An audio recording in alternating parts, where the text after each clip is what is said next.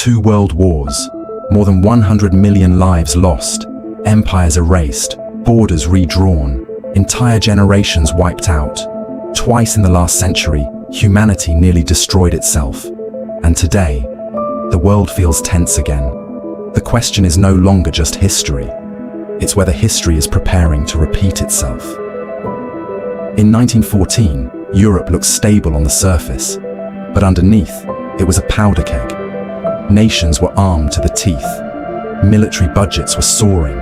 Pride was high. Trust was low. Powerful alliances divided the continent into 2 camps. All it needed was a spark. That spark came on June 28, 1914. A single assassination in Sarajevo. 1 gunshot. But because of alliances, that one shot triggered a chain reaction. Country after country declared war.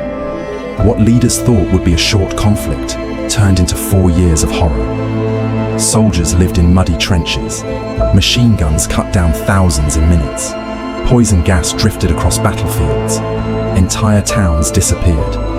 By 1918, over 16 million people were dead. 4 empires had collapsed. The war ended with a harsh peace treaty that punished the defeated nation severely. Instead of healing wounds, it deepened them. Humiliation turned into resentment. Resentment turned into rage. And that rage found a voice. In the 1930s, a charismatic and ruthless leader rose in Germany. He promised restoration.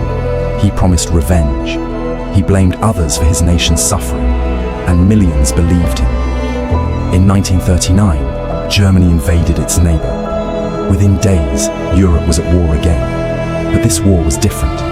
It wasn't just about land. It was about ideology. Freedom versus control. Democracy versus dictatorship. The conflict spread across continents: Europe, Africa, Asia, the Pacific. Cities were bombed relentlessly. Families were torn apart. Millions of civilians were killed. 6 million Jews were murdered in one of the darkest chapters in human history. By 1945, desperation led to something the world had never seen before. A single bomb destroyed an entire city. Then another. The war ended shortly after.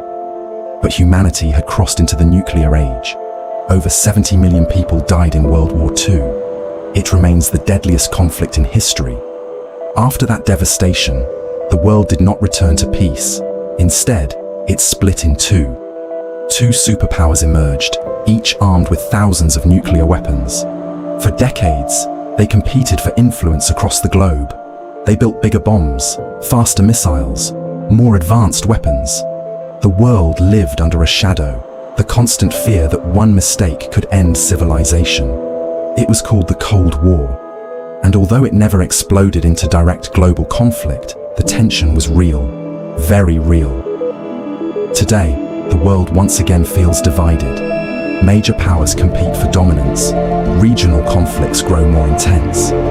Technology has changed the battlefield. Wars are no longer fought only with soldiers and tanks. They are fought with drones, with cyber attacks, with artificial intelligence, with economic pressure. A future global war may not begin with a gunshot. It could begin with a computer code, or a satellite strike, or a miscalculation. The difference now: nuclear weapons are more powerful than ever. A third world war would not look like the first 2. It could be faster, more destructive, and far less survivable. World War I showed how alliances can trap nations. World War II showed how humiliation and extremism can reshape the world in fire. The Cold War proved that fear can both threaten and preserve peace. Now the real question is not whether war is possible. It is whether humanity has learned enough to prevent it. Because if a third world war ever begins, there may not be a fourth. History does not repeat exactly, but it echoes. And right now, the echo sounds familiar.